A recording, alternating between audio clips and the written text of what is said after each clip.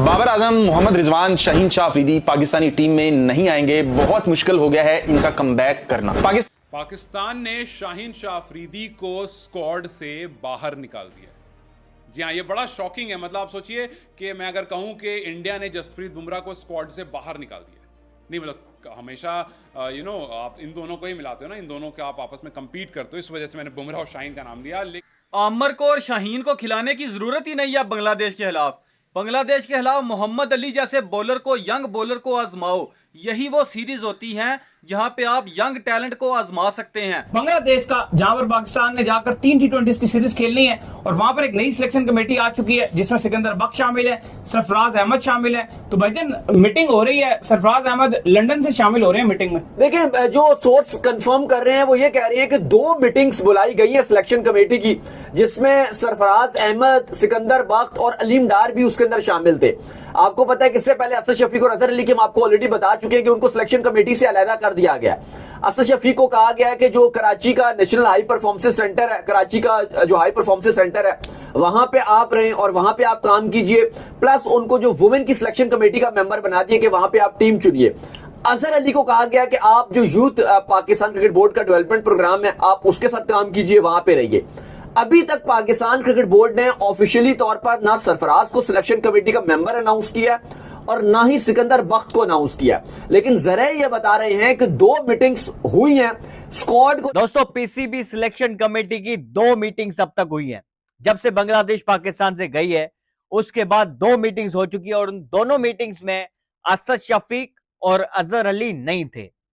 सरफराज अहमद और सिकंदर बख्श ने दोनों मीटिंग्स अटेंड की। उनमें से आज एक मीटिंग हुई है जिसके हवाले बांग्लादेश का, उसके लिए काफी नामों पर बातचीत हुई, तकरीबन स्क्वाड फाइनल किया गया। हालांकि ऑफिशियल अनाउंसमेंट नहीं हुई है सरफराज अहमद और सिकंदर बख्श की, लेकिन अभी जो हाल ही में 2 मीटिंग्स हुई है सिलेक्शन कमेटी के, दोनों वो मौजूद थे। अच्छा भाई, शाहीन शाह अफरीदी के ऊपर बहुत सारी आज जो बातचीत की गई, बहस हुई कि शाहीन अफरीदी को क्यों सिलेक्ट नहीं किया जा रहा, क्योंकि हाल ही में उनकी परफॉर्मेंस अच्छी रही है। पीएसएल के अंदर भी उन्होंने अच्छा परफॉर्म किया है, लेकिन अब यह तय पा चुका है कि बाबर आजम, मोहम्मद रिजवान और शाहीन शाह अफरीदी T20 सेटअप में नहीं होंगे। यानी अभी जो पाकिस्तान नहीं जाएगी अभी बांग्लादेश खेलने के लिए, बाबर रिजवान और शाहीन अफरीदी नहीं होंगे टीम के साथ। बाबर रिजवान का तो समझ आता है को लेकर, और हतमी स्क्वाड के काफी हद तक नाम भी फाइनलाइज कर लिए गए। अलबत्ता स्क्वाड अभी अनाउंस नहीं किया जाएगा क्योंकि अभी सीरीज में 1 महीने से भी ज्यादा टाइम है। जो पाकिस्तान का दौरा है बांग्लादेश है, 20, 22 और 24 जुलाई को ये सीरीज खेली जाएगी, जो बांग्लादेश क्रिकेट बोर्ड ने डेट्स भेजी हैं। साथ ही साथ जो वेस्ट इंडीज के साथ पाकिस्तान की सीरीज खेली जानी है, उसमें भी पहले 3 ODIs और 3 T20 से अब दोनों बोर्ड्स की मुशावरत के साथ वो भी 5 T20s कर दिए गए हैं। तो उसमें भी T20 का स्क्वाड ही शामिल है। लगभग कहा जा रहा है कि वही स्क्वाड आपका दौरा वेस्ट इंडीज में भी जा सकता है। हाँ, अगर बांग्लादेश में कोई बहुत ही 1-2 नाम खराब खेले तो उसमें तब्दीली की जा सकती है कि उनकी जगह फिर लास्ट मोमेंट पे वेस्ट इंडीज में चेंजेस कर दी जाएंगी, क्योंकि 5 T20s वहां पे खेले जाएंगे। तो सरफराज अहमद ने लंदन से कहा जा रहा है कि इस मीटिंग में शिरकत की। सिकंदर बख्श मौजूद थे, अलीम डार भी मौजूद थे लाहौर में, और वहां पे एक जो नाम थे उन पे काफी हद तक मुशावरत की गई।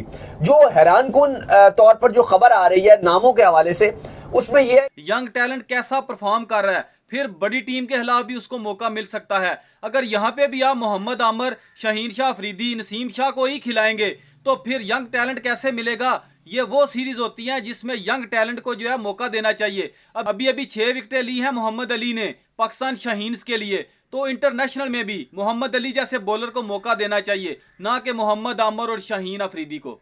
लेकिन शाहीन को आपने टीम से तब निकाल दिया जब आपने ग्रीन टॉप प्रिपेयर किया, जब आपने पेसर्स के लिए पिच प्रिपेयर की है। और पाकिस्तान के कोच जेसन गिल्स्पी ने कहा कि हमने शाहीन से बात की और उनसे उनका फीडबैक शेयर किया, बॉलिंग को लेकर कुछ बात की, उन्होंने हमारी बात समझी और वो टीम से बाहर रहने के लिए राजी भी हो गए। फिर उन्होंने कहा कि नए बाप बने हैं शाहीन, तो वो अपनी फैमिली के साथ टाइम स्पेंड करें, ये ज़्यादा बेहतर हमने समझा। अब हम सबको पता है कि क्या रीज़न उनको बाहर निकालने का, लेकिन आपने अबरार को एंट्री दी है और उनके साथ साथ मीर हमजा को एंट्री दी है, विच मीन्स कि इन दोनों को आप कंपैरेटिवली शाहीन से बेहतर मानते हो, एटलीस्ट मीर हमजा हो, क्योंकि वो पेसर हैं और अगले मैच में इज्जत बचाने को मीर हमजा। पाकिस्तान ने दौरा बांग्लादेश के लिए, दौरा वेस्ट इंडीज के लिए तकरीबन अपने स्क्वाड को कंप्लीट कर लिया है, जिसमें ये तीनों नाम नहीं है और ये तीनों नाम अगले कुछ अरसे तक नहीं आने वाले हैं। बाबर आजम और मोहम्मद रिजवान के बारे में तो ये फैसला कर लिया कि कम से कम 6 महीने तक ये पाकिस्तानी टीम में नहीं आएंगे, ये 6 महीने बाहर ही रहेंगे और अगर इनको मौका मिलता भी है तो पाकिस्तान ने जब साउथ अफ्रीका सीरीज खेलने के लिए जाना है T20 की, तब मौका मिलेगा, वरना उससे पहले कोई मौका नहीं मिलने वाला। ना होम सीरीज में, ना वेस्ट इंडीज सीरीज में, ना बांग्लादेश सीरीज में इनको मौका नहीं दिया जाएगा, ये बाहर ही बैठे रहेंगे। वो बिल्कुल आप ठीक बात करें, आकिब जावेद को होना चाहिए था, उनको आप थोड़ा ग्रूम करोगे तभी बात बनेगी। लेकिन अगर आप देखो शाहीन शाह अफरीदी अभी लाहौर का जो फाइनल था PSL का, उसमें भी उन्होंने बड़ी अच्छी बॉलिंग की थी।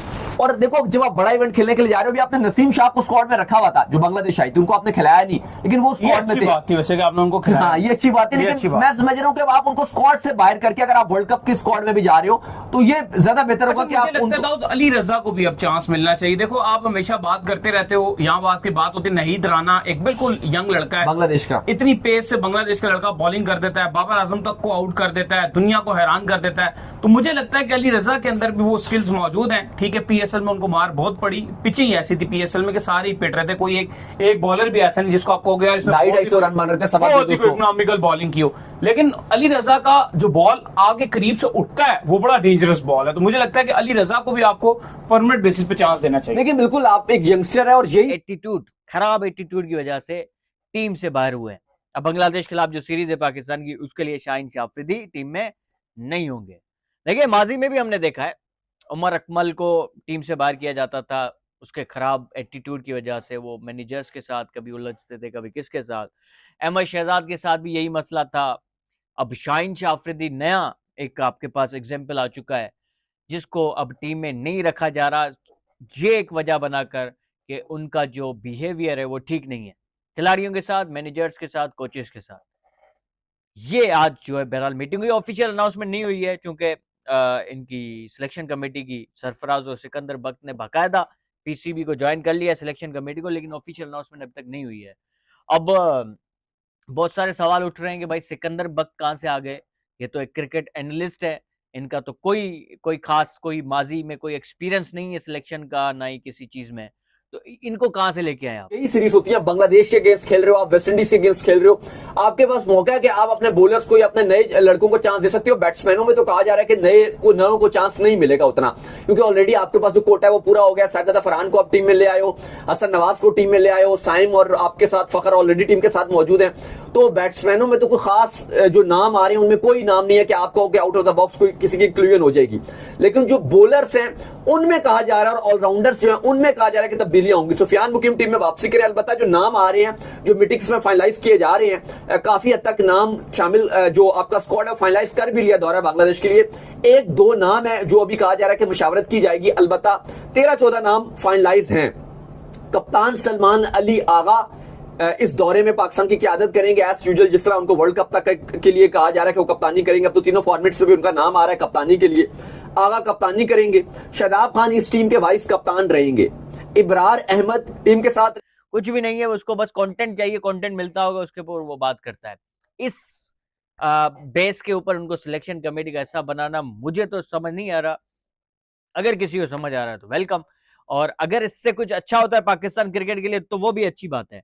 लेकिन एक प्रॉपर कोई प्रोसेस होना, जैसे सरफराज अहमद है, उन्होंने बहुत सारी काविशें की है, वो सिस्टम का हिस्सा है पिछले 2-3 सालों से, वो मेंटोर बने, फिर वो यूथ के लिए भी काम करते रहे। अच्छा, असद शफीक और अजहर अली को बाकायदा जो एक्सक्लूड कर दिया गया है और असद शफीक को भेज दिया गया है नेशनल हाई परफॉर्मेंस सेंटर जो विमेंस का है कराची में।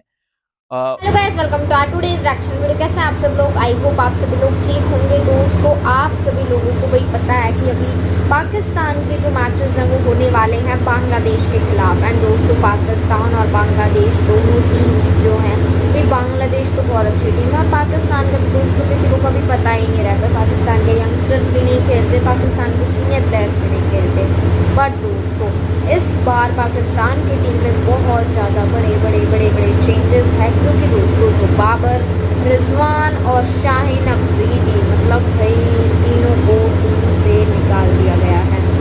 दोस्तों, आप लोगों ने भाई सही सुना है कि शाहीन शाह अफरीदी और बाबर और रिजवान तीनों अब टीम में नहीं खेलेंगे, उनको T20 स्क्वाड से बाहर निकाल दिया, क्योंकि भाई वो लोग कभी कुछ करते ही नहीं है। उनसे अच्छे रन्स तो और ना तो वो लोग सीनियर प्लेयर्स होके रिटायरमेंट ले रहे हैं, ना ही वो कुछ ढंग का खेल रहे हैं, किसी मैच में नहीं चलते, हर मैच में अपनी टीम की बेइज्जती कराते हैं। मतलब आम बन गई है ये चीज़ कि भाई उनकी टीम की बेइज्जती होगी, बाबर, रिजवान और शाहीन अफरीदी की वजह से ही होगी। तीनों के तीनों नहीं खेलते, ऐसा लगता है भाई सिफारिशी प्लेयर्स हैं, शुरू में आके कुछ 2-3 दिन दिखाया इन्होंने अपना मैच जब ये यंगस्टर थे, अब उसके बाद तो ये कुछ करते ही नहीं है।